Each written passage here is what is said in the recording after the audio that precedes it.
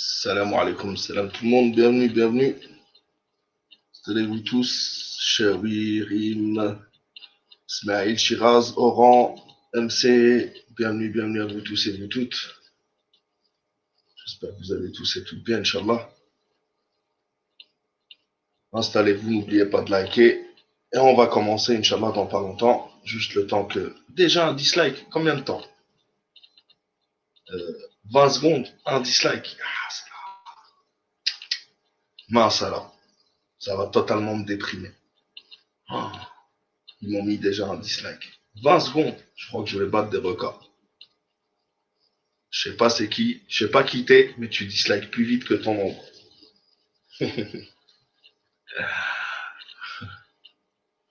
Fais-toi plaisir, fais-toi plaisir. YouTube t'a donné un bouton dislike pour te faire plaisir.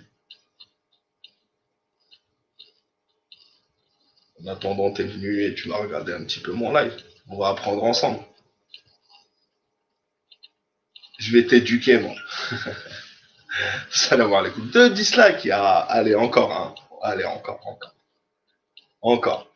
Salam tout le monde. À nous, merci à nous. Nasser, like من اختك بارك الله فيك ميليسا بارك الله فيك اختي كين كوبرا salut à toi comment va Mohamed Polo Ami Mabrouk واش راك ça va chouia salam tout le monde wa alaykoum salam likez le live wallah très bien je suis très très fier de mes compatriotes je sais pas c'est qui Shiraz likez le live salam salam Johnny Gigi 5 dislikes. Il y a lui, il a 5 comptes et là, il va se lâcher. Non, peut-être 10 ou 20. Allez, vas-y. Peut-être que tu vas battre le nombre de likes. C'est moi qui ai mis les dislikes. Ami Mabrouk, ah, là, t'es fort. Ça va. Hier, avec Macron le Covid. Macron, il a copié Ahmed Tebboune, il a fait une vidéo sur Twitter aussi. Comme Ahmed Tebboune. Il copie. J'ai écouté la radio française tout à l'heure, mais c'est nouveau, on comprend pas comment ça se fait, c'est la première fois que ça se passe. Et ben, il a copié Ahmed Tebboune. Saïd matricule, bienvenue à tout le monde. Mamichette, bienvenue. Encore 1 ou 2 minutes et on va pouvoir commencer. Inch'Allah, j'espère que vous allez tous et toutes bien. Ah, mince, il y avait 5 dislikes et il y en a 3 qui ont sauté. Ça, c'est parce que tu dislikes avec le même compte. Et YouTube, il repère, tu vois, au bout d'un moment. Donc, tu peux pas disliker 5 fois avec, en changeant de compte. Parce qu'il y a l'adresse IP, etc. Donc, t'en as plus que 2. Mince alors. Faut que tu ailles changer d'ordinateur ou de téléphone et que tu viennes me disliker. Comme ça, tu auras 5 dislikes et tu seras très très content. Comme ça va me déprimer. Et je vais être pas bien et je vais pas pouvoir faire mon live. Oh là là là là. Mince alors. Maestro, salam à toi. C'est tout ce qui vous reste. C'est tout ce qui vous reste. Salam alaikum Hamid, tout le monde, bienvenue. Likez. Merci. Malik, pourquoi tu dislikes tout ça? Pour les aider un petit peu, pour les motiver à disliker. Salam Ammar. Abdelhamid Megellati. Salam, courage, merci. Il faut donner des vrais coups au Marseille. Inch'Allah, Macron avait besoin de petites vacances. C'est pas le vrai Macron, de toute façon, c'est un masque 3D. Il a fait un strike au modérateur. Ah, ça y est, ils ont remis les 5 dislikes. Tu vois, je vérifie de temps en temps, parce qu'il faut les motiver. Brahim Gali et Shengreha. Salam alaikum wa rahmatullah, j'espère que vous allez tous et toutes bien. Khalil Abid, Idjou, Barin, Wahkouchouila. Khalihom Idjou. Aujourd'hui, laissez-les commenter un petit peu. Les modérateurs, ne bloquez pas directement. On laisse un petit peu. On t'a vu à Genève, Ami Mabrouk. Ami Mabrouk, Diaspora Sahayouni, il a dit qu'il y a un Taïch à Paris. Il a dit Ami Mabrouk qu'il vit comme un chien à Paris. Ami Mabrouk Belala, il est en Algérie, il a toujours vécu en Algérie. Tu vis comme un chien en France. T'es attaqué par l'armée française. C'est possible aussi. Ah, vous voyez, c'est toujours le même qui dislike, et là, il n'y a plus que 3 likes. Il faut regarder les dislikes, parce que ça monte et ça descend. D'hier, c'était intéressant. Bah, justement, aujourd'hui, puisque le live d'hier, moi aussi, j'aimais bien, il était intéressant. Donc, je vais euh, le reprendre et reprendre la partie qui a bugué, mais je vais le compléter. Alors, on a 3 personnes très importantes, des sénateurs, etc. Et un ancien, donc on a John Bolton, l'ancien conseiller de Trump, on le connaît tous, un faucon israélien des États-Unis, de l'administration à l'époque George W. Bush et de Donald Trump.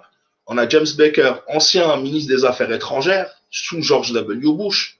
Donc c'est-à-dire que là, on va lire ce qu'écrivent des pointures de la politique américaine, des gens vraiment très calés, en plus d'être très influents et qui ont toujours défendu les intérêts des États-Unis, de l'entité sioniste aussi, mais des États-Unis en tout premier lieu. Et on a aussi James Inhofe, un puissant sénateur américain, président de la commission des armées aux États-Unis, etc. C'est-à-dire que là, on va parler de sérieux. Au-delà de la folie de Trump, on va voir que, et c'est des républicains, sans parler des démocrates qui sont contre Trump, etc. Mais on va voir, on va découvrir ensemble plusieurs choses. Les sommes d'argent qui ont été versées par le Maroc, par Mohamed VI plutôt, à des lobbyistes américains, ça se compte en millions de dollars. Là, on va commencer par ça. Ensuite, on va voir ce qu'a dit James Baker dessus et John Bolton. Et on va mieux comprendre la mentalité américaine. Et on va mieux comprendre comment réfléchissent les Américains et comment risquent de se passer les choses, même si bien sûr rien n'est joué. Mais on va voir que en réalité, ce que le Marzen essaie de faire passer pour un soutien américain est loin de l'être. C'est un chantage pour Trump pour accepter la normalisation et Trump l'a accepté. Et c'est une énorme connerie. Et on va voir pourquoi ces personnages aussi importants de la politique américaine s'y opposent et s'y opposeront et sont prêts à tendre la main à Biden, qui est un démocrate, pour qu'il y ait une union nationale à travers le rejet de la reconnaissance des États-Unis sur la colonisation du Sahara occidental. Mais c'est très intéressant de comprendre un petit peu, et avant de commencer, on va commencer par voir le lobbyisme, etc. Donc, salam tout le monde, salam, salam. Jérémy Corbyn, oui, bien sûr. Mais là, on va se concentrer sur ça, comme ça ne va pas durer trop longtemps. On va commencer. Alors, vous me dites, je vais vous partager l'écran. J'espère que cette fois-ci, la connexion, elle sera bonne.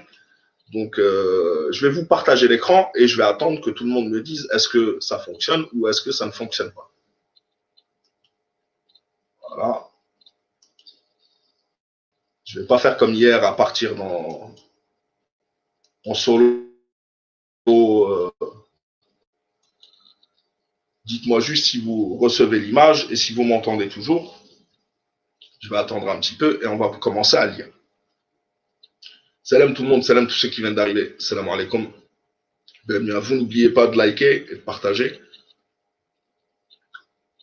Donc dites-moi juste quand vous recevez l'image et est-ce que vous m'entendez ou est-ce que ça coupe? Là, ça coupe pas.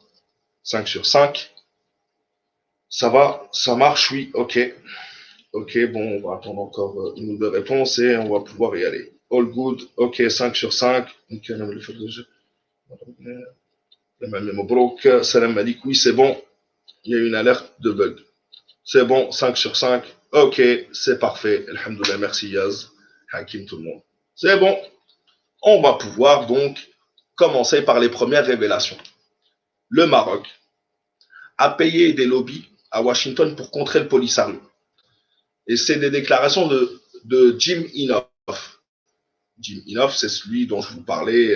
Donc le Maroc emploie des lobbies pour influencer les décisions de Washington au sujet de la question du Sahara occidental, a affirmé jeudi le sénateur Jim Inhofe, devant le Congrès américain. Actuellement, le Maroc est représenté par les firmes PC Strategies, Third Circle, The Nile Creek, qui sont payés en moyenne plus d'1 million de dollars par an chacun.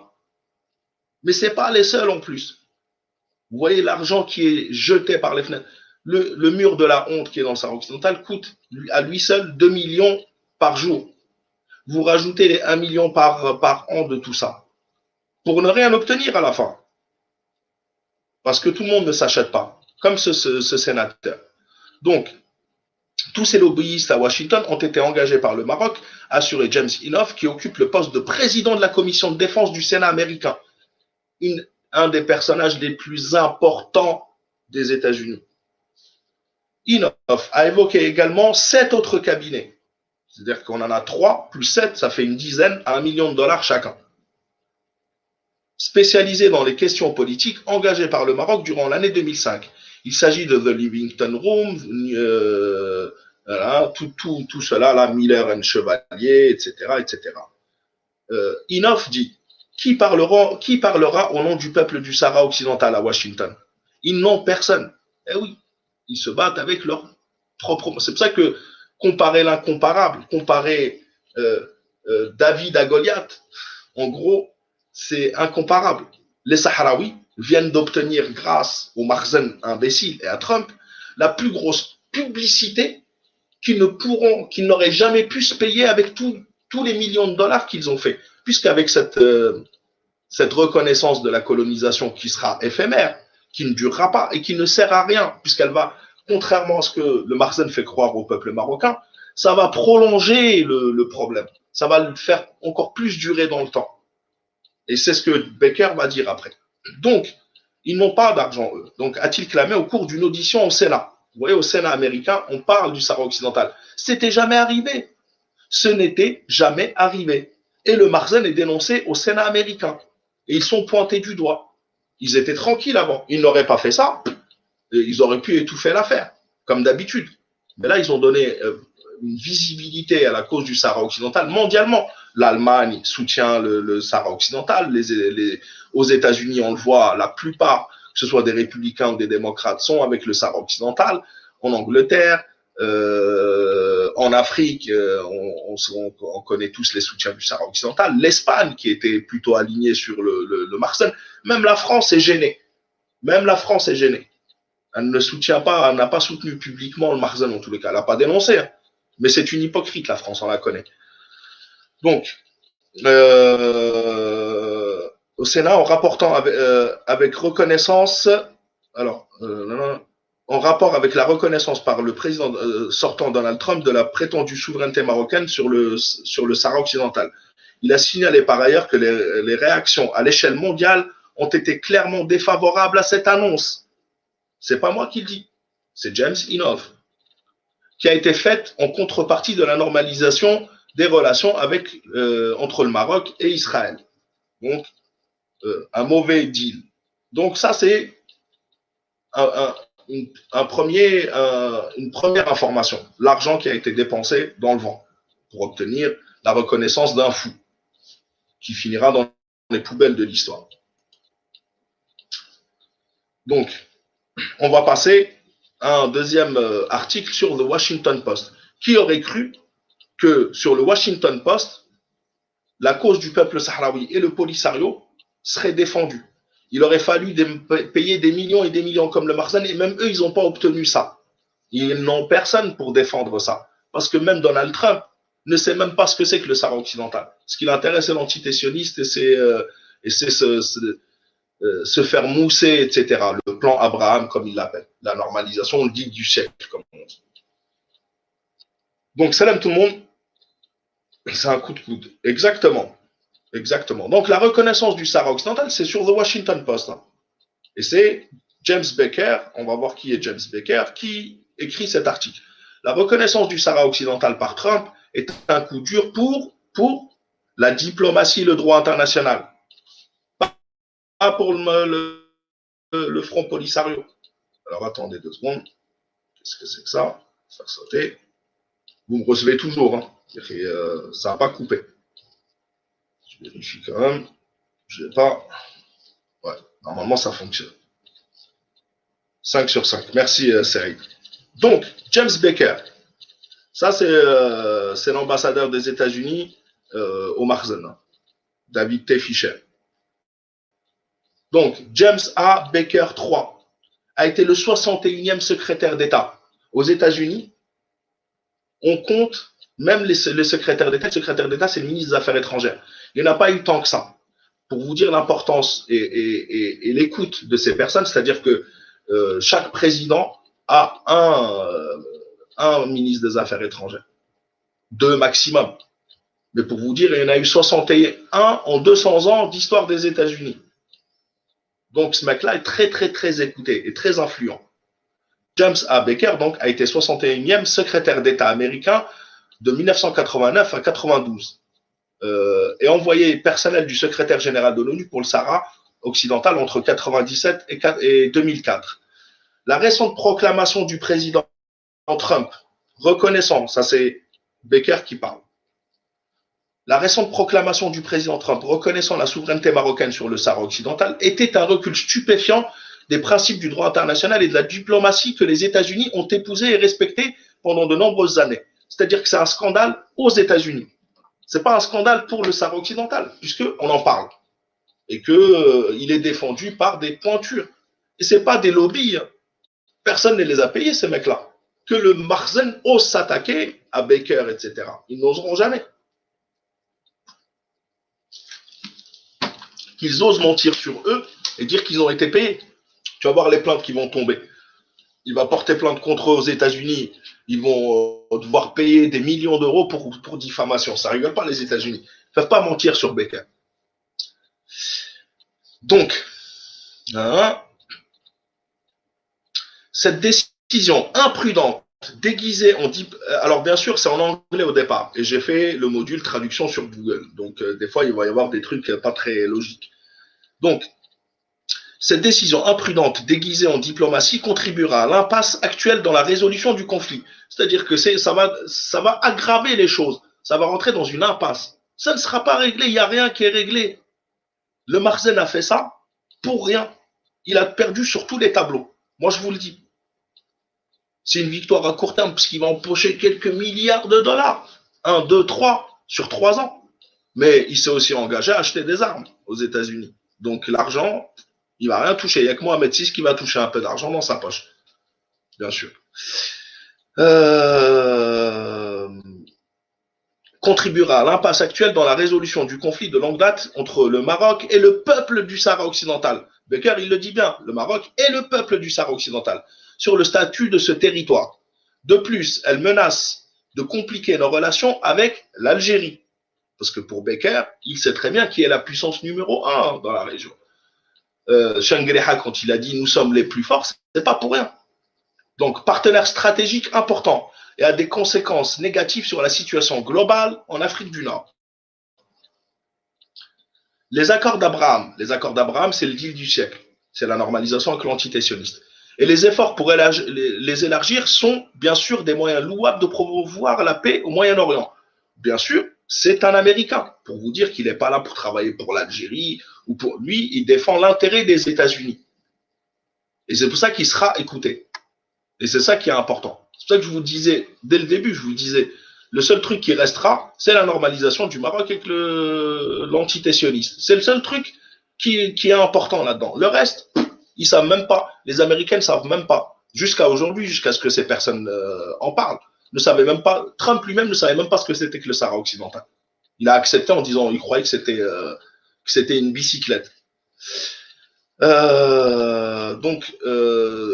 Des moyens louables de promouvoir la paix au Moyen-Orient en établissant des relations formelles entre Israël et des pays arabes, tels que les Émirats Arabes Unis, Bahreïn, le Soudan et maintenant le Maroc. Surtout s'ils peuvent aider en abordant la dimension palestinienne. La paix entre Israéliens et Arabes est essentielle à la stabilité dans la région. Et donc, Trump mérite d'être félicité pour avoir cherché à réorganiser l'échiquier du Moyen-Orient. Mais le succès de cet effort ne doit jamais se faire au prix de l'abandon de l'engagement des États-Unis en faveur de l'autodétermination. C'est très important l'autodétermination pour les États-Unis, puisqu'ils ont été fondés là-dessus et qu'ils combattent la Chine et la Russie sur le principe d'autodétermination. C'est pour ça que ça leur pose un énorme problème intérieur. Il ne faut pas croire que c'est juste, c'est pas défendre le Sahara occidental pour défendre le Sahara occidental. Non, ils défendent les intérêts des États-Unis aussi. Principe fondamental sur lequel notre pays a été fondé. On se rappelle tous qu'il faisait partie de l'Angleterre avant d'accéder à l'autodétermination. Et auquel il doit rester fidèle. Nous ne devons pas simplement tourner le dos au peuple. Nous ne devons pas simplement tourner le dos au peuple du Sahara occidental, alors que nous essayons de promouvoir les meilleures relations entre Israël et ses voisins arabes. Malheureusement, cette décision cynique de reconnaître la revendication de la souveraineté du Maroc sur le Sahara occidental, en échange de l'engagement du Maroc d'établir des relations formelles avec Israël, a fait exactement cela. Depuis 1975, lorsque le Maroc a pris le contrôle du Sahara occidental par la force, après le retrait de l'Espagne, c'est pas moi qui le dis, c'est James Baker. Les États-Unis et la plupart de la communauté internationale ont refusé de reconnaître cette revendication comme légitime. Cela a commencé à changer il y a plus d'un an, quand Israël, écoutez bien, quand Israël et l'administration Trump ont approché le Maroc pour la première fois pour proposer un compromis entre la reprise marocaine des relations formelles avec Israël en échange de la reconnaissance par les États-Unis de sa souveraineté sur le Sahara occidental. À l'époque, écoutez bien ce qu'il va dire, parce que c'est là, quand je vous dis que c'est une bêtise, c'est qu'à l'époque, il a été intelligent, le Marzen entre guillemets. À l'époque, le Maroc a refusé, calculant sagement que la reconnaissance bilatérale de sa souveraineté, même par les États-Unis, ne la rapprocherait pas de son objectif de légitimité internationale. Rien n'a changé depuis. Je répète, à l'époque, le Maroc a refusé le deal. D'accord? Calculant, le Marzen a calculé sagement que la reconnaissance bilatérale, c'est-à-dire la reconnaissance des États-Unis de la souveraineté du Maroc sur le Sahara occidental, même par les États-Unis, ne la rapprocherait pas de son objectif de légitimité internationale. Ça ne change absolument rien. Ils ont fait tout ça pour rien. Et ils le savaient à l'époque. Qu'est-ce qui a changé depuis? L'Algérie s'est mise sur ses pieds, un discours de Shengeleha, le Front Polisario qui reprend les armes, et le Marzen se jette la tête en avant dans les bras de Donald Trump, président sortant, qui partait dans 3 semaines. Aujourd'hui, il lui reste 2 semaines avant de partir, enfin 20 jours avant de partir. Voilà ce qui s'est passé depuis. Il y a un an, il savait très bien que c'était une connerie à ne pas faire. La reconnaissance par l'administration Trump de la souveraineté marocaine sur le Sahara occidental est un changement majeur et malheureux dans la politique américaine, de longue date sous les administrations démocrates et républicaines. Cette politique a toujours adopté une position plus ou moins neutre, à l'appui des efforts déployés par l'ONU pour déterminer l'avenir de ce territoire et de sa population, d'une manière qui appuie le principe de l'autodétermination. Mélanger les accords d'Abraham et le conflit du Sahara occidental, clairement et sans équivoque, une question d'autodétermination ne renforcera ni ne développera les accords. Même pour leur deal du siècle, ça va servir à rien. Les partisans de cette initiative n'ont peut-être pas réfléchi aux répercussions possibles de leur renversement de cette politique, mais ils pourraient être très graves et d'une grande portée.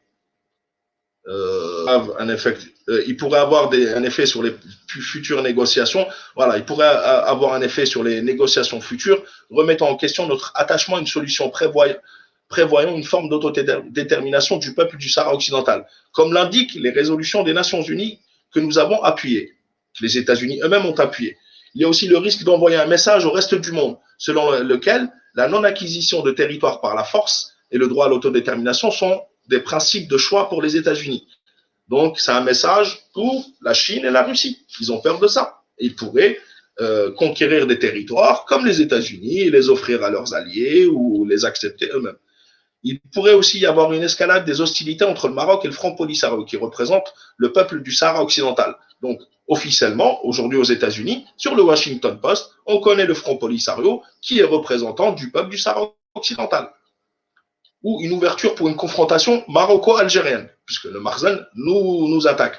Et Becker ne dit pas que c'est anormal ou que l'Algérie est un ennemi. Non, ce serait quelque chose de normal. Donc même si l'Algérie aujourd'hui, on mettait une tréha à Mohamed VI, James Baker sortirait et dirait c'est normal, on vous avait prévenu. Donc ensuite, Al-Qaïda, Maghreb islamique et d'autres groupes pourraient exploiter les tensions croissantes dans la région, la détérioration quasi certaine de nos relations avec l'Algérie, principal défenseur du droit du Sahara occidental à l'autodétermination, pourrait également nuire à la croissance de nos relations commerciales, à notre coopération antiterroriste, puisque nous avons nos alliés qui sont la Chine et la Russie, mais nous sommes non alignés aussi, et à nos efforts pour approfondir les rapports militaires. Donc voilà ce qu'a dit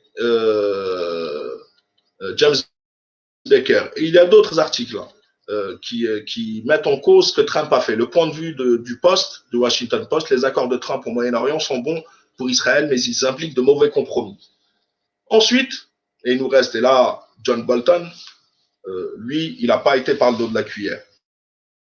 Je vous le garantis. Alors attendez 2 secondes, on va lire 2-3. Vous me captez tout. Ok, depuis tout à l'heure.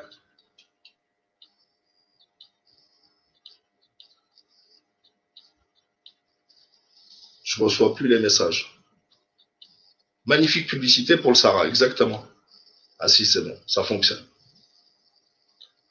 Le statut Sahara occidental demeure inchangé. Exactement, c'est exactement ça. C'est ce que nous disent tous les spécialistes américains qu'on est en train de voir. T'es coupé, Malik. 2 sur 5.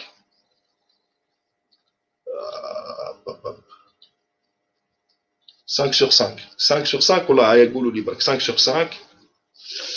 Ça lag un peu. C'est pas grave, je vais pas partager l'écran, on va lire directement. L'Espagne a retrouvé la raison en insistant sur le respect du droit international au Sahara occidental oublié durant 45 ans. L'Espagne a peur de perdre les avantages acquis lors du triste accord de Madrid. Exactement, Ahmed. Voilà, 5 sur 5, 12 sur 12. C'est parfait. Je vais vous lire maintenant John Bolton qui vraiment, dans cet article, mais il humilie le Marzen, la royauté, il explique tout. Il est calé, plus que calé. John Bolton connaît plus que bien le dossier du Sahara occidental.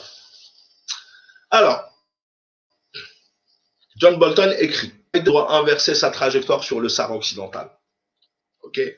La reconnaissance par Trump de la souveraineté marocaine sape dangereusement des décennies de politique américaine soigneusement élaborée. C'était le 15 décembre sur Foreign Policy.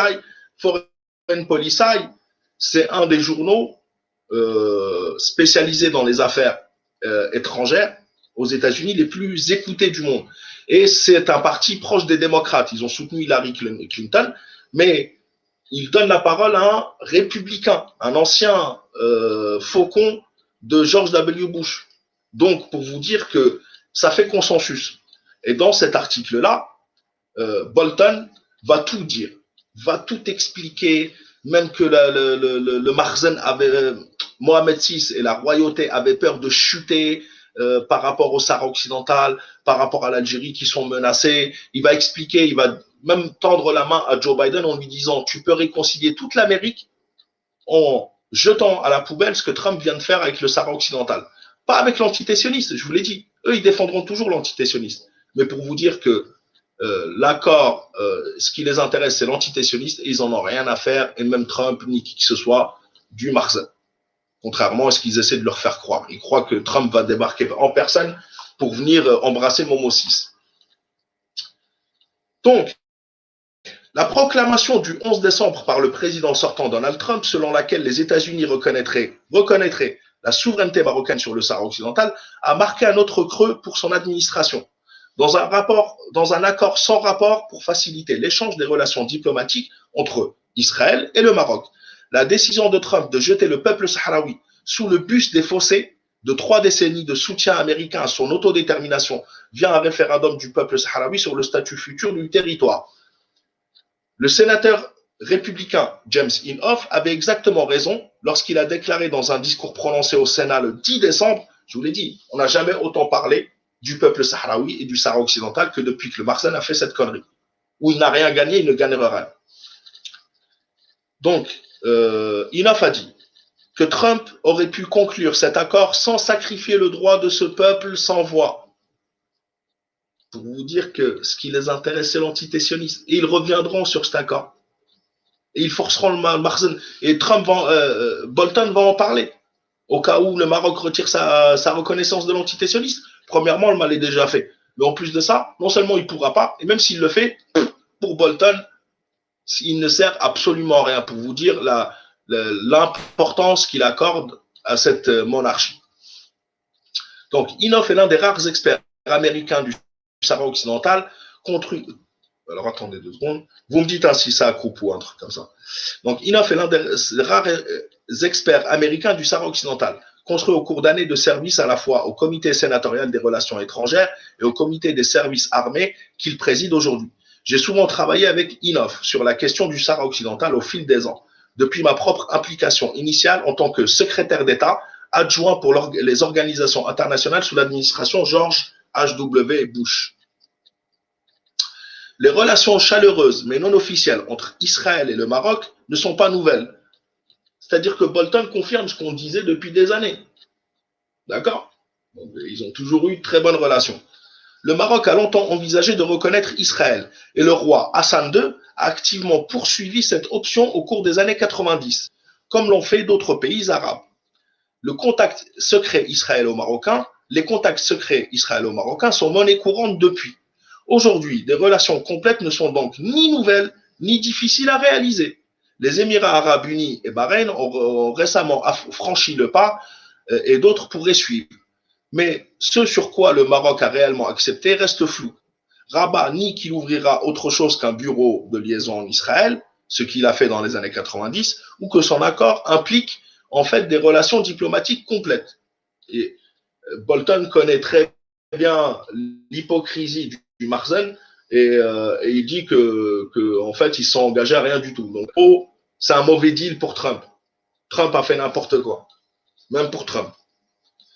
Donc en prenant sa décision téméraire, Trump n'a consulté ni le Front Polisario qui représente depuis longtemps les Sahraouis. Donc dans un journal, Foreign Policy est proche des démocrates et très lu même par Biden lui-même, il explique, il lui présente le Front Polisario comme étant le représentant du peuple sahraoui.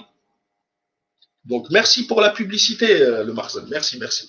Donc, qui représente depuis longtemps les Sahraouis, ni l'Algérie et la Mauritanie, les pays voisins les plus concernés, ni personne d'autre. C'est ce qui se passe lorsque les dilettantes gèrent la diplomatie américaine.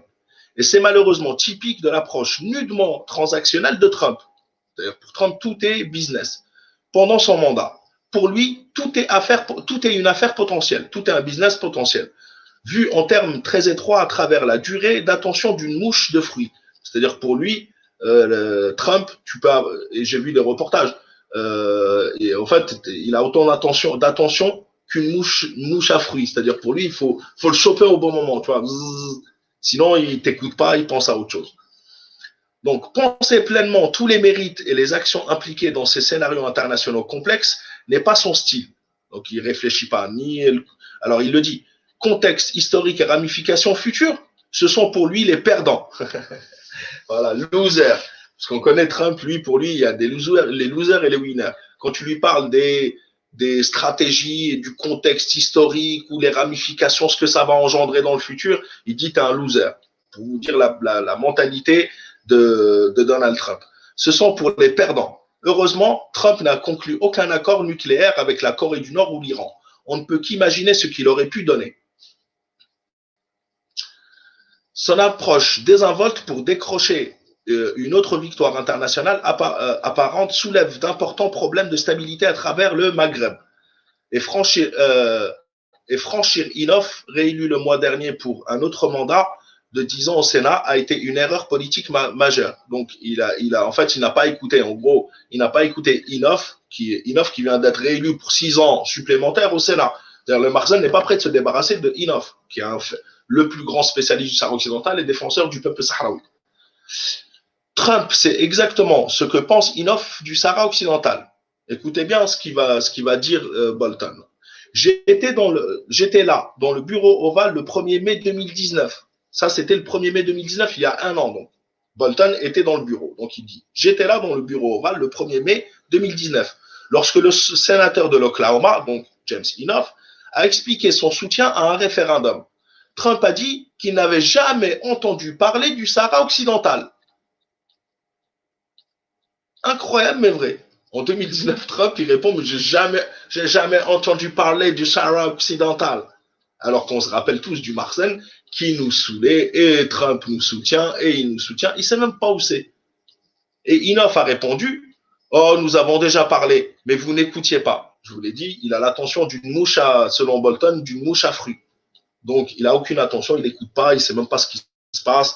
Et c'est toi et ta chance, en gros, pour le convaincre. Le Washington Post rapporte que ces dernières semaines, Trump est devenu furieux. Écoutez bien, vous allez comprendre que cette reconnaissance, c'est une vengeance de Trump sur Inhofe, sur le sénateur Inhofe. Là, on va l'apprendre. Donc, le Washington Post, et c'est Bolton qui parle, le Washington Post rapporte que ces dernières semaines, Trump est devenu furieux qu'Inhofe n'adhère pas aux amendements non normaux que le président souhaitait dans le projet de loi annuel sur l'autorisation de la défense. Alors, Trump était furieux que Inhofe ne le soutienne pas dans la modification d'une loi sur l'autorisation de la défense, comme l'abrogation de l'article 230 du Communication Decency Act, qui protège les plateformes de médias sociaux de toute responsabilité pour ce qu'ils publient. Donc, les conseillers de Trump auraient persuadé le président de sévir contre Inhofe sur le Sahara occidental en représailles. Pour vous dire que le Marzen a dépensé tous ces millions pour rien, que en réalité, toute cette histoire-là est une question de vengeance. Pour vous dire la folie de Trump. Pour punir Inhofe, il a reconnu la colonisation du Sahara occidental. Vous vous rendez compte ou pas? Pour vous dire que c'est voué à l'échec. Donc, les conseillers de Trump auraient persuadé le président de sévir contre Inhofe sur le Sahara occidental en représailles. Mais cette impasse est loin d'être terminée. Inhofe est un partisan sahraoui déterminé et, de par sa position puissante de président du comité des services des armées, il fera valoir pour renverser la décision de Trump directement à Biden si nécessaire. Donc, Inhofe va directement s'adresser à Biden. Alors, où la décision imprudente, inutile de Trump laisse-t-elle le président élu Joe Biden et les gouvernements étrangers les plus directement intéressés par le Sahara occidental? La réponse commence par une évidence. Le nom même de l'opération, et là Bolton, il va déglinguer le Marzen, Trump, tout ce qui bouge. La réponse commence par une évidence. Le nom même de l'opération de maintien de la paix des Nations Unies, autorisée par la résolution 690 de 1991, était Mission des Nations Unies pour le référendum au Sahara occidental, MINURSO, étant l'acronyme espagnol. C'est toujours Bolton qui parle. Lorsque la domination coloniale espagnole s'est effondrée avec la mort de Francisco Franco en 1975, donc il va tout raconter. Le Marzen n'a jamais combattu l'Espagne. La domination, la colonisation espagnole s'est effondrée donc avec la mort de Francisco Franco. Et après un conflit initial entre la Mauritanie et le Maroc, les hostilités militaires Polisario au Maroc ont laissé le territoire partitionné et son statut non résolu. Le choix fondamental du Polisario en 1991 a été de suspendre sa confrontation en cours avec le Maroc en échange d'un référendum, pas d'un cessez-le-feu. C'est-à-dire que Bolton rappelle que le Front Polisario, il a accepté le référendum, il n'a pas accepté le cessez-le-feu. Le Front Polisario, il voulait continuer. Et on va en parler, puisque Bolton va dire le Front Polisario a raison de reprendre les armes. Donc, le Front Polisario, en échange d'un référendum dans lequel le choix serait entre l'indépendance ou l'unification avec le Maroc. Le roi Hassan II a parfaitement compris que cet accord était, dans les termes exprimés plutôt dans la résolution 690, un référendum pour l'autodétermination du peuple sahraoui, du peuple du Sahara occidental. Le choix énoncé, donc même il dit que Hassan II a bien compris que c'était un référendum d'autodétermination.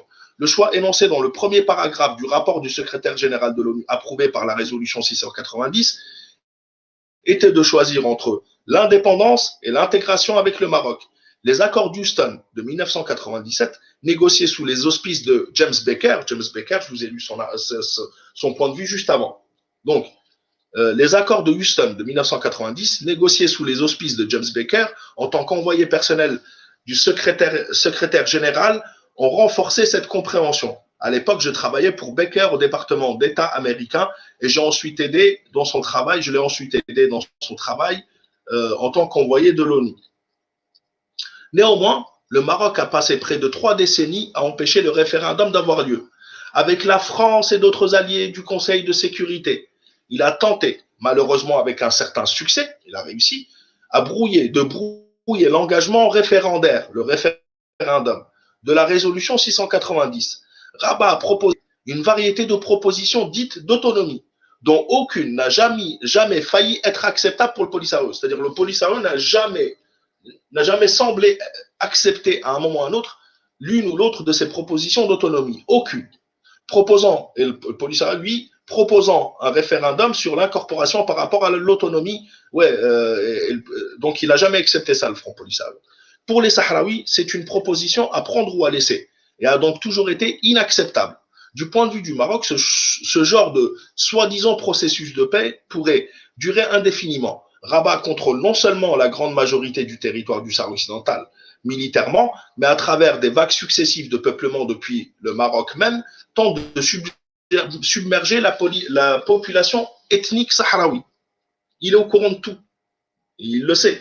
C'est pour ça que la fin du cessez-le-feu, c'est ce qui a fait paniquer le Makhzen. Parce que lui, tant qu'il y avait le cessez-le-feu, ils auraient pu continuer pendant 100 ans.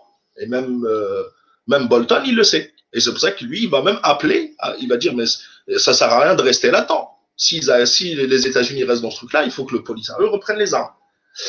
C'est un aveu pathétique. En faisant autorité de 30 ans d'échec de l'ONU, le Polisario n'a pas abandonné sa guerre contre le Maroc pour un processus de paix, mais pour un référendum. John Bolton, il le dit bien. Le Front Polisario n'a pas abandonné sa guerre contre le Maroc pour un processus de paix, mais pour un référendum. Une option évidente est donc de mettre fin à la MINURSO et de revenir au statu quo hanté des hostilités ouvertes. Donc, l'évidence, c'est que fin de la MINURSO, fin du cessez-le-feu et reprise de la guerre ouverte. Donc, avec l'accord original rompu et le Maroc pendant 3 décennies ne manifestant aucune intention d'accepter un référendum, pourquoi maintenir une opération de maintien de la paix de l'ONU sous assistance permanente? Si le Maroc n'accepte pas un référendum, il ne mérite pas un cessez-le-feu ou un faux processus de paix. Je répète encore une fois. Pourquoi maintenir... Alors, avec l'accord original rompu et le Maroc pendant 3 décennies ne manifestant aucune intention d'accepter un référendum, pourquoi maintenir une opération de maintien de la paix de l'ONU sous assistance permanente? Point d'interrogation. Et là, Bolton s'exprime clairement. Et ça, les États-Unis, l'opinion publique est prévenue. Si le Maroc n'accepte pas un référendum, il ne mérite pas un cessez-le-feu ou un faux processus de paix. En fait, une violation majeure du cessez-le-feu a eu lieu le mois dernier, si grave que beaucoup pensaient que les hostilités militaires complètes pourraient reprendre. Pour l'instant, c'est pas une guerre de haute intensité. Pour l'instant, il n'y a aucun moyen de dire si cela est probable ou quel pourrait être le résultat. Mais ne vous y trompez pas. Écoutez bien. Mais ne vous y trompez pas. Le Polisario est à un moment crucial. Il serait pleinement justifié s'il choisissait de retourner sur le champ de bataille. Mais cela dépend en grande partie des positions de l'Algérie, de la Mauritanie et d'autres, et des ressources disponibles. Pour le Polisario, la volte-face de Trump est plus décevante. Et plus que décevante. Cela a rompu l'engagement américain qui paraissait autrefois solide et que j'ai essayé de défendre et de faire progresser pendant mon mandat de conseiller à la sécurité nationale. Souvent face à la détermination du département d'État à trouver un moyen de solidifier le contrôle marocain du Sahara occidental. Il m'a expliqué que la bureaucratie au ministère des Affaires étrangères des États-Unis est là pour aider le Makhzen à solidifier sa colonisation. Malheureusement, les Sahraouis ne sont pas les premiers perdants, les premiers pendant le mandat de Trump à subir un assaut contre les entreprises américaines, contre une entreprise américaine après l'autre, mettant en péril même les alliances officielles américaines de longue date comme l'OTAN. Il est parfaitement approprié pour une nation de modifier ses responsabilités à la lumière de l'évolution des circonstances de la sécurité, etc. Donc, pour l'Algérie, alors je ne vais pas tout lire, parce que là, on va écourter un petit peu et on va revenir au truc.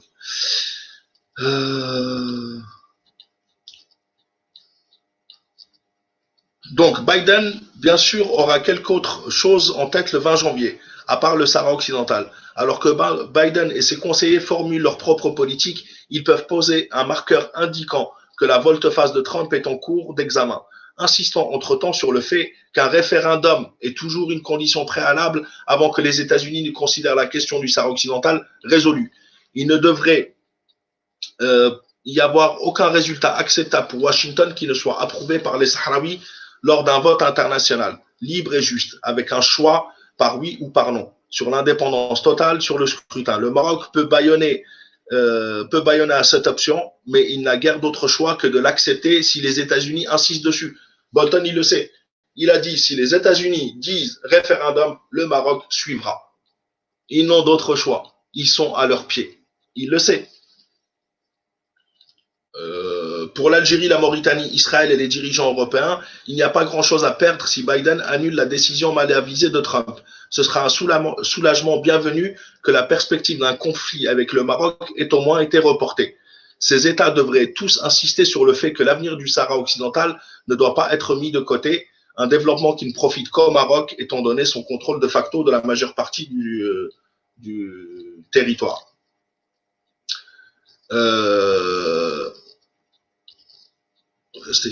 Donc l'Union européenne, en particulier l'Espagne, ancienne puissance coloniale où le soutien aux Sahraouis reste assez fort, et la France protectrice du Maroc, pourrait résumer quelques mots sur l'autodétermination pour aider à faire avancer le processus. S'ils choisissent de ne rien dire, ils devraient rester silencieux et éviter d'aggraver l'erreur de Trump. Un accord, et c'est là où il fait la proposition, la conclusion, c'est ça, ce qu'il propose Bolton à Biden. Un accord bipartisan, c'est-à-dire des démocrates et des républicains, post-inauguration, juste après que Trump, donc que Biden devienne officiellement président, donc le 20 janvier. Post-inauguration entre Biden et Inhofe, donc l'alliance entre Biden et Inhofe pour le Sahara occidental, pourrait réparer le désarroi causé par la tribulation gratuite de Trump. Un tel accord marquerait un changement bienvenu par rapport aux 4 dernières années de chaos et de division, et un retour à la poursuite des intérêts nationaux américains plutôt que ceux de Donald Trump. En gros, Bolton, il explique, et ça, je vous l'ai dit, hein, Biden, il le lit, ça. Ce que je viens de vous dire là, il l'a lu, et moi, je vous ai pas sauté quelques paragraphes. Il lit tout. À la fin, Bolton, républicain très influent, et Inhofe très influent dans le camp des républicains, lui propose de faire la paix en enterrant la reconnaissance de l'occupation du Sahara occidental. Donc voilà où on en est. Il va accepter ou il ne va pas accepter, on ne sait pas. Mais ce qui est sûr, c'est que ça ne sert à rien. Ça va prolonger encore plus ce qui se passait. Et les Américains savent que les Sahraouis ont raison de retourner à la guerre, que l'Algérie peut les aider, etc., etc. Le Makhzen a tout perdu dans cette histoire. Ça va lui coûter énormément, très, très, très, très, très cher. Et ce qui est important aussi, c'est que Trump a fait cette reconnaissance à cause d'une embrouille privée avec Inhofe, pour se venger d'Inhofe. Incroyable, mais vrai. Barakallahu fik, Maya Leila. J'espère de tout cœur que la Mauritanie se retourna en direction de l'Algérie avec une coopération militaire, économique et énergétique. Pourquoi des espions, j'écoute les délires? Pourquoi des espions, j'écoute les délires? Donc voilà ce qu'a dit John Bolton, le puissant John Bolton, qui a contribué à faire chuter Donald Trump. Il a sorti un livre il y a quelques semaines pour déglinguer Donald Trump, bien sûr. Merci beaucoup, Serena. Merci pour les likes, etc. Donc voilà où on en est dans cette histoire de Sahara occidental. Voilà où on en est. Je reviens sur le truc. Ça fait combien de temps qu'on discute? Je sais pas si Ami Mabrouk il est là. Je lui envoie le lien. Ami Mabrouk, t'es là? Signale-toi si t'es là. Je t'envoie le lien. Ça fait au moins 2 ans que cette reconnaissance est négociée.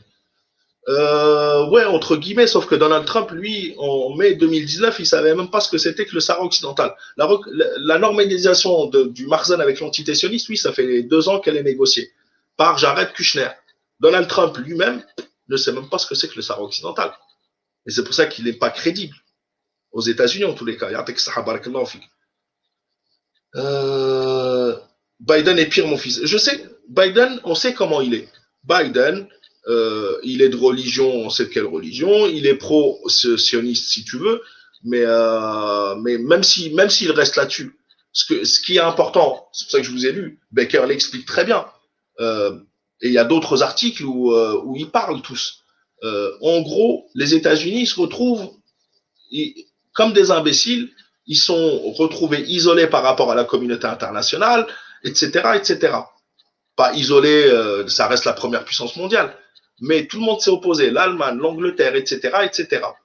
À l'ONU, là, il va y avoir une réunion de l'ONU sur demande de l'Allemagne, etc.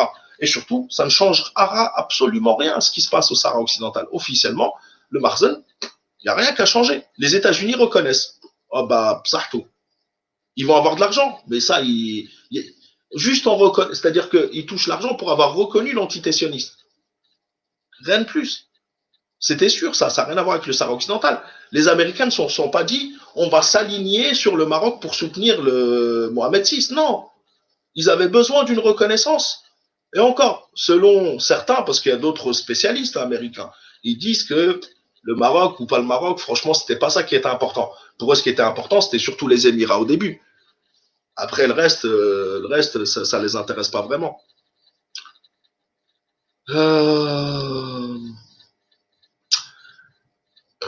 Malik, arrête de mentir. Diaspora dit que le Polisario, c'est une création de l'Algérie boumedienne qui était jaloux de Hassan de... bah, faut aller le dire à John Bolton, alors. Faut aller le dire à John Bolton, à James Inhofe, à James Baker, etc. Ils sont pas au courant. Je sais même pas s'ils connaissent le nom de boumedienne, John Bolton. C'est pas de leur génération. Dans 2 ans, on va manger sa trahison. Ah, bah ouais, ça c'est sûr. Ça, c'est sûr, tout se paye.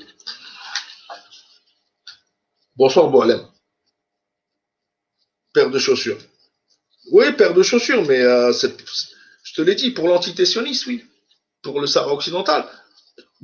Comme je l'ai dit, le truc, c'est que ça ne change absolument rien. Hein.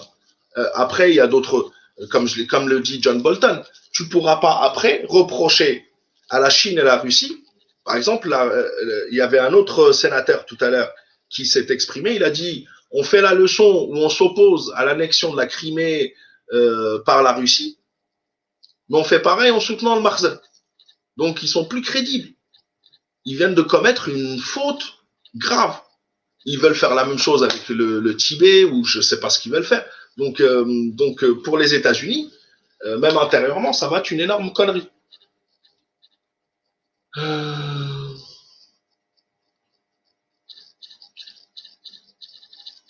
Ni eux ni leurs alliés. Le Bolton va déchirer la Djellaba 6. Mais il faut prendre en compte aussi le lobby militaire d'Israël qui sera pro-marocain. Mais ils ne seront rien du tout. Pour eux, le Maroc n'existe même pas.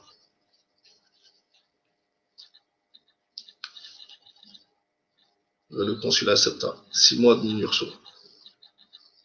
Ça va lui coûter son trône. Vous allez essuyer un autre revers lundi. Attends. Alors, oui, qu'on soit bien d'accord. Alors, on va parler sincèrement au bout d'un moment, d'accord? Mais l'Algérie, mais wallah, même si toute la planète, mais même si à l'ONU, ils votent pour la résolution, pour que le Sahara occidental devienne marocain, mais on s'en fout de ce territoire. On n'a rien à gagner. On fait chier Mohamed VI. Et ça marche. Rien que pour ça. Alors moi, je veux faire chier Mohamed VI. Ça marche. Il y a des réunions. Pendant qu'il parle du Sahara occidental, il ne parle pas de l'Algérie. Donc, je ne vois pas trop quels sont les revers. Je ne vois pas trop. Le peuple du Sahara occidental, il est opprimé. De toute façon, c'est un peuple faible. Mais c'est comme ça quand tu te bats pour ta liberté. Nous, on le soutient.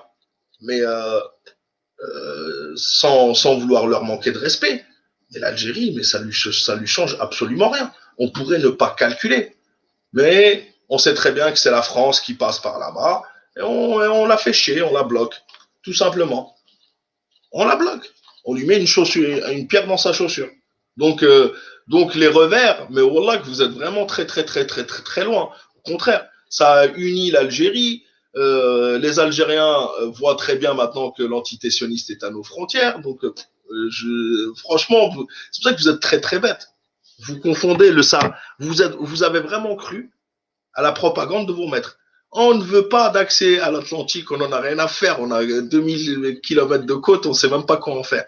On n'est pas le Sahara occidental, on ne le veut pas ce territoire-là. C'est le peuple sahraoui qui se bat pour ce territoire-là.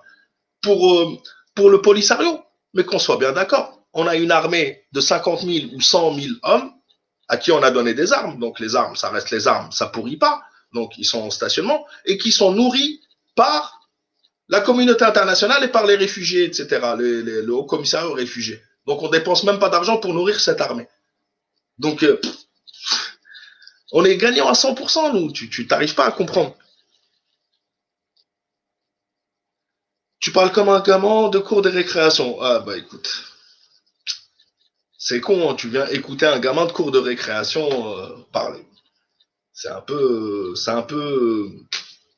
Alors attendez, je reviens sur le live. Au fond, chaque Algérien, il y a un Algérien qui dort et quand il se réveille, il est dangereux, je te jure. Exactement. Alors, j'ai un truc à vous faire écouter, je crois, mais je suis pas sûr. Est-ce que je l'ai? Si je l'ai, on va écouter quelque chose.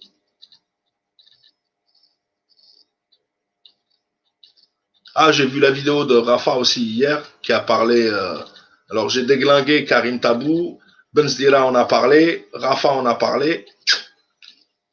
Ça fait mal, hein? C'est bien. Au moins, c'est clair, net et précis.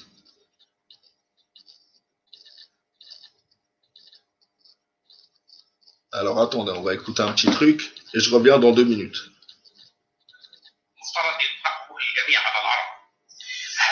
J'arrive. Hein.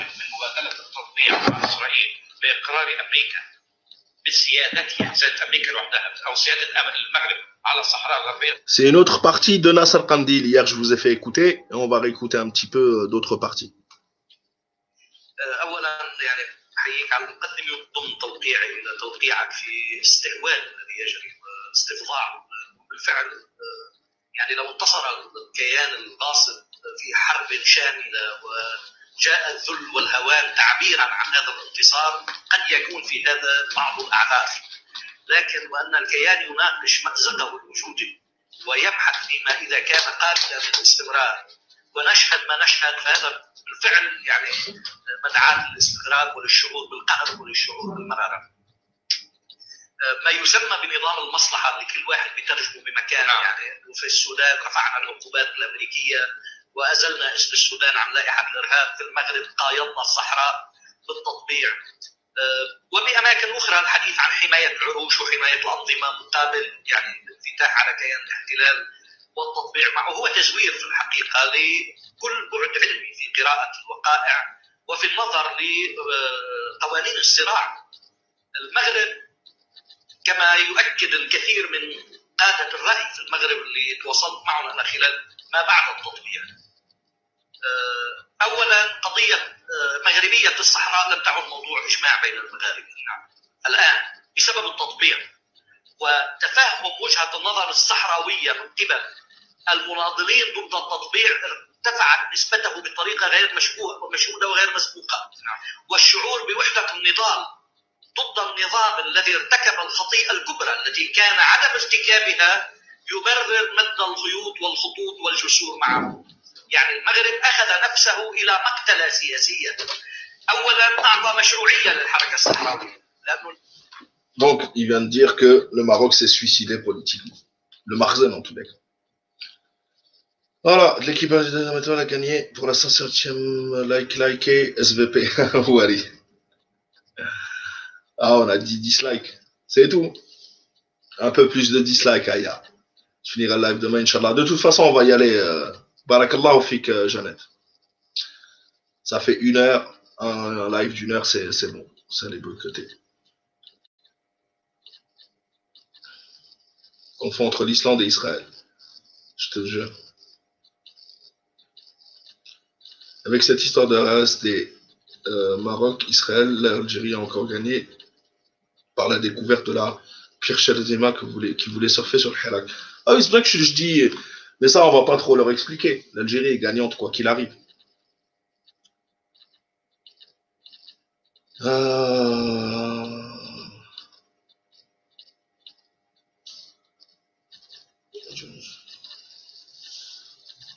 Bon, non, mais 1 heure, voilà. C'est merci au nouveau Harki d'avoir partagé mon live. Je viens de le voir là. Vive la Palestine. On a dit que si les Sahraouis récupèrent leurs terres, non, parce que avec la chute de la monarchie alaouite, on pourra construire vraiment une Afrique du Nord, tu vois, puissante. Tabou et cuit. Shukran khoya Ahmed. صباح بخير على خير ان شاء الله بارك الله فيك تثني خويا احمد. المهم l'Algérie n'a pas besoin de la Russie et de la Chine, elle a Allah. Exactement, merci mon fils, qu'Allah te préserve. Merci Jeannette, merci. Tes vidéos le lendemain, salam à tous. Merci à toi mon frère Malik, bonne soirée. Fathi, bonne nuit, bonne soirée à toi, bonne soirée à vous tous et vous tous. Allah fait comme on reviendra Inch'Allah. Ça fait 3 mois 4 ou 5 jours que je devais faire ce live, donc ce soir je l'ai fait, je suis content, au moins on en a parlé, j'ai parlé de tout ce que, surtout sur Bolton, etc. Donc Inch'Allah qu'on parlera d'autres sujets à partir de maintenant. Barakallahu fik, merci Nassim, barakallahu fik, merci à toi, merci à vous tous et vous toutes, merci pour votre soutien à vous tous et vous toutes, n'oubliez pas de liker avant de partir. Allah fait comme reposez-vous bien. Merci Hawari, t'es de retour, t'es au top. Parlez des voisins. Merci Malik. Bonne nuit. Barakallahu fik. Tabou, c'est un opposant respectueux. Tabou, c'est un harki irrespectueux. Tabou, on lui demande ce qu'il pense de l'entité sioniste qui est à nos frontières et du peuple sahraoui massacré. Il dit, ouvrons les frontières avec le Makhzen. Ça, c'est le pire des harkis que j'ai jamais connu. Avec Rachid Nekaz. Il est de la même trempe de toute façon. Il n'y a rien du tout. Il n'a même pas de programme politique. Il a gratté tout ce qu'il pouvait. Il était détesté par les militants du FFS. Il a été jeté par Aït Ahmed. Il a été député sous Bouteflika de 2012 à 2017. Il a accumulé 2 ou 3 milliards de dinars dans sa poche. Opposant. Waouh. Ah bah oui. Opposant. C'est un opposant. C'est pas un opposant. C'est un opposant. C'est la pire merde que j'ai jamais vue. Hachakoum. Le tabac, c'est tabou. On en viendra tous à bout.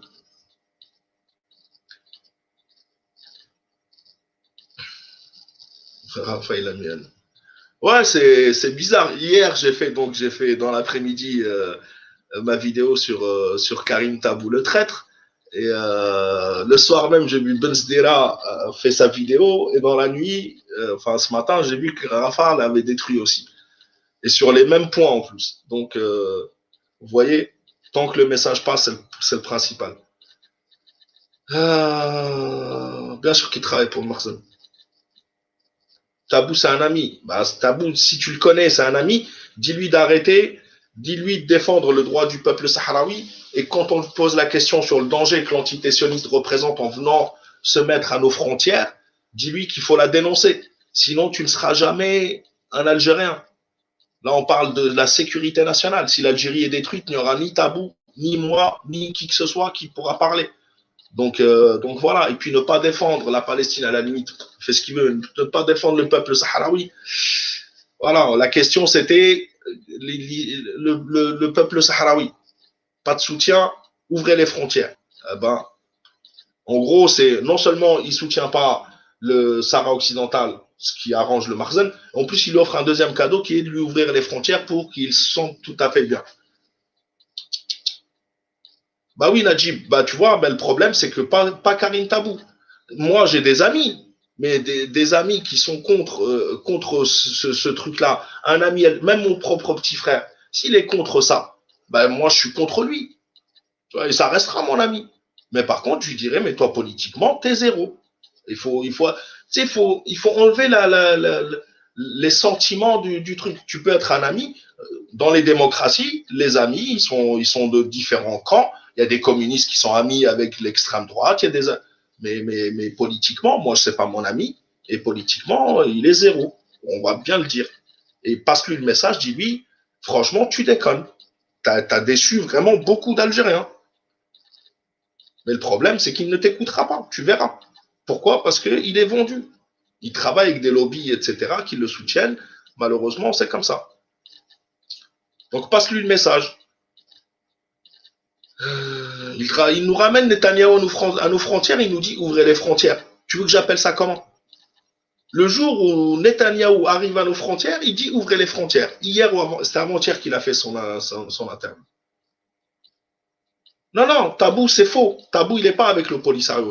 Najib, qu'il le dise, qu'il sorte. Il a fait un truc, qu'il sorte et qu'il le dise. Et qu'il arrête de nous saouler avec les frontières ouvertes. Il n'y aura pas de frontières ouvertes. Mais sérieusement, qu'il le fasse. Je crois que je ne serais pas fier, moi, de dire, regardez toute la politique. Mais j'aurais été heureux de le voir comme ça. Parce qu'il y en a plein avec qui je ne suis pas d'accord, etc., mais qui sont dans le droit chemin, qui sont pour la protection de l'Algérie. Là, c'est une question de sécurité nationale. Tous les peuples du monde pensent à l'intérêt de leur nation. Lui, le jour où il signe avec Netanyahou, il nous dit ouvrez les frontières. Il s'en est pas aperçu. S'il s'en est pas aperçu, ou s'il n'a pas fait attention, parce que regarde sa conférence de presse. Tout ce que je dis là, c'est dans sa conférence de presse. S'il s'en est pas aperçu, c'est que c'est pas un homme d'État. C'est que c'est pas un homme politique et c'est que, voilà, s'il était président de la République, il aurait fait n'importe quoi. Premièrement. Mais deuxièmement, en tant que, voilà, s'il veut au moins se rattraper, qu'il le dise clairement. Et qu'il abandonne cette idée d'ouvrir les frontières alors que l'antiterrorisme vient d'arriver à nos frontières. Quand on suit une équipe de foot sioniste. Ah bon, je suis pas au courant, frérot. Vive Am DZ, solide DZ. Ouais, Tabou. Mais Tabou, il a de la chance de ne pas vivre au Maroc. Il ne pourrait même pas s'exprimer. Il aurait pris 20 ans de prison comme Zebzafi. Il aurait été torturé. Tu connais Tabou depuis 28 ans. Ouais, donc tu vois, passe-lui le message, frérot. Dis-lui, là, en ce moment, c'est pas de la rigolade. On l'a que c'est pas de la rigolade. C'est vraiment très, très grave. Là, Jared Kushner, le neveu de Trump, arrive dans la semaine, là, tu vas le voir arriver d'un avion direct entre Tel Aviv et Marrakech ou Casablanca ou Rabat. Il arrive là, c'est dans la semaine. Donc là, c'est pas de la rigolade, c'est pas pour embêter Tabou. Moi, je m'en fous, Tabou ou un autre, je le connais pas. Donc, mais moi, j'ai été choqué. Et si t'as pas regardé sa conférence de presse, tu peux la regarder. La dernière demi-heure, il en a parlé et c'est ce qu'il a dit. Sahara occidentale, on ouvrait les frontières. Bah ouais, Najib. Donc, en plus, ça se voit que tu connais bien le dossier. Donc, sois son conseiller. Dis-lui, abandonne cette histoire-là. Là. Réveille-toi, frérot. Parce qu'on a besoin de tout le monde. Moi, j'ai fait une vidéo le jour où ils ont fait la normalisation, j'ai fait une vidéo, j'ai dit tout le monde, on doit s'unir. Il n'y a ni Madania, ni Ashri. Tout le monde, toutes les tendances politiques, on doit s'unir en ce moment-là pour contrer cette attaque. Qu'on sécurise notre pays et après, tout est OK. Il peut même continuer à être un opposant toute sa vie s'il veut. Je vais l'appeler demain. Inch'Allah, Najib. Peut-être que le message va passer. Inch'Allah. Et qu'il vienne même sur la chaîne ici pour venir en parler s'il veut en parler. Bon, mes frères et sœurs, sur ce, 28 ans de pâte. Patriote DZ, il t'a dit 28 ans de mensonge, change de pâte. Najib, frappe-le s'il te plaît. Non, non, non. Ouais, c'est ça le problème, c'est que de toute façon, je te l'ai dit, il faut bien qu'on comprenne que s'il n'a pas fait exprès de dire ce qu'il a dit, c'est qu'il n'est pas apte à diriger un pays comme l'Algérie. Je suis avec le policier depuis 90. Ouais, donc ça fait un moment, on a dit. Donc je veux bien te croire, frérot. Donc, et ça se voit dans ce que tu dis, tu vois. Le pire, c'est que ça se voit. J'ai juste à te lire pour comprendre le truc. Je préfère discuter au moins, mais explique-lui bien que là, il est vraiment, vraiment à l'ouest. Il était à l'ouest. Vive le Polisario, vive l'Algérie toujours, frérot. Quoi qu'il arrive, vive l'Algérie. Jamais, Rafa, il a terminé, fini la politique pour lui. Bon, mes frères et sœurs, on va y aller. Cette fois, voilà, 1h10, on est bon. Comme ça, live, tout le monde pourra le regarder après. Tallah, faire comme. Sauf les souffles, les vendus. Exactement, Fethi. Merci d'avoir suivi le live. Merci d'avoir participé. N'oubliez pas de liker donc toujours avant de partir. Tallah, faire comme reposez-vous bien. Les Saïd al-Jami'. Arasaka. Bonne nuit à vous tous et vous toutes. Buenas noches. Good night for all of you.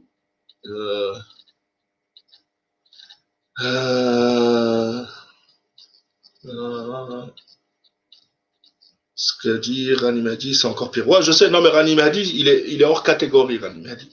Il est hors catégorie, lui, c'est. Je serais même pas choqué de lui. Merci à toi. Ah, Betty, bonne nuit à toi. Léla Saïd al-Jamia, merci beaucoup. Vive la NP toujours, vive l'Algérie unie, tous les Algériens du nord au sud, de l'est à l'ouest. Merci beaucoup de partager votre bonne humeur et on a fait de ce rendez-vous un vrai moment de politique et de convivialité, etc. Tallah fait comme Sahitou, merci beaucoup. Les modérateurs toujours au top, Betty, Sofiane, Hawali, etc. Merci beaucoup. Tallah merci pour votre aide et bonne nuit à vous tous et vous toutes. À la prochaine, Inch'Allah. Merci beaucoup.